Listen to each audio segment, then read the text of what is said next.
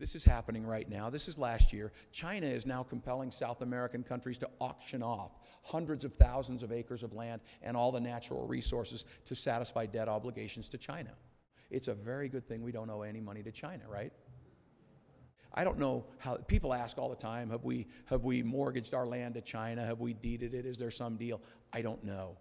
What I want to do is assert that trust obligation and assert our rights before it ever goes there. Because what we do know is a nation that is desperate enough to print 75 billion a month, a nation that is desperate enough to borrow money from communist nations, a nation that is desperate enough to incur that kind of obligation, now that we've run out of the ability to borrow, and now that we're running out of the ability to print, the solutions or the options get more desperate from there. Desperate debtors do desperate deeds. It's unfortunate, but that's history. I don't want to know the answer to that question. I want to assert the rights of our state so that we can govern ourselves, educate our children, take care of sick and poor people in roads and public safety here on the ground. The Institute for Energy Research last year studied the mineral value locked up in federally controlled lands. There's $150 trillion with a T in mineral value, oil and gas, locked up in the federally controlled lands, 9 times our national debt. There are solutions big enough. The Government Accountability Office, testifying to Congress a little over a year ago, said that there is more recoverable oil just in Utah, Colorado, and Wyoming than the rest of the world combined, locked up in federally controlled lands. We can access resources and provide jobs and educate children and have better environmental quality than we have now. Less greenhouse emissions and particulates in the air because we're actually mitigating the fire risk, less devastation to wildlife and watershed, and provide jobs and educate children and govern ourselves.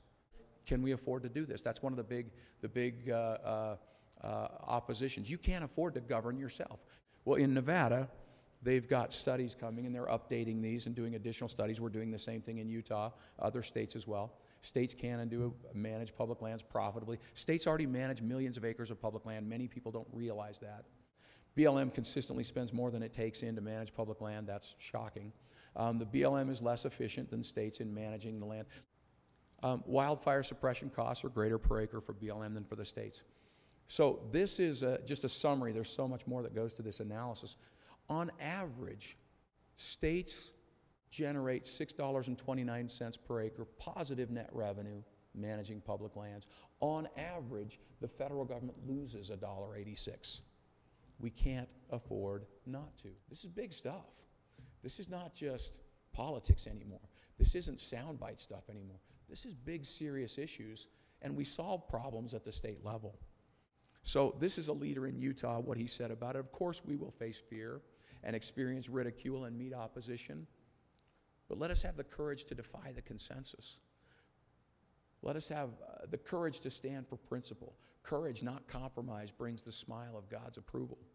A moral coward is one who's afraid to do what he thinks is right because others will disapprove or laugh.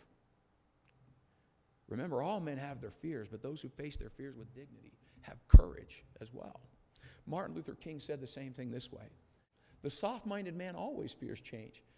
He feels security in the status quo and has an almost morbid fear of the new. For him, the greatest pain is the pain of a new idea. I will tell you, I think that the new idea that we have right now is the opportunity to battle for, not against anyone or anything, to battle for a solution big enough to fund education, to better care for our environment, our lands and forests, to grow the economy locally and nationally, to attain some sense of energy independence. If we fail to do this, it won't be because it's illegal or unconstitutional or impossible. It'll simply be because we and the leaders that we hire lack the knowledge and the courage to do what's already been done repeatedly. Here's the question, will we be pioneers of the future, or will we be prison guards of the past? Our children and future generations depend on how we answer that question.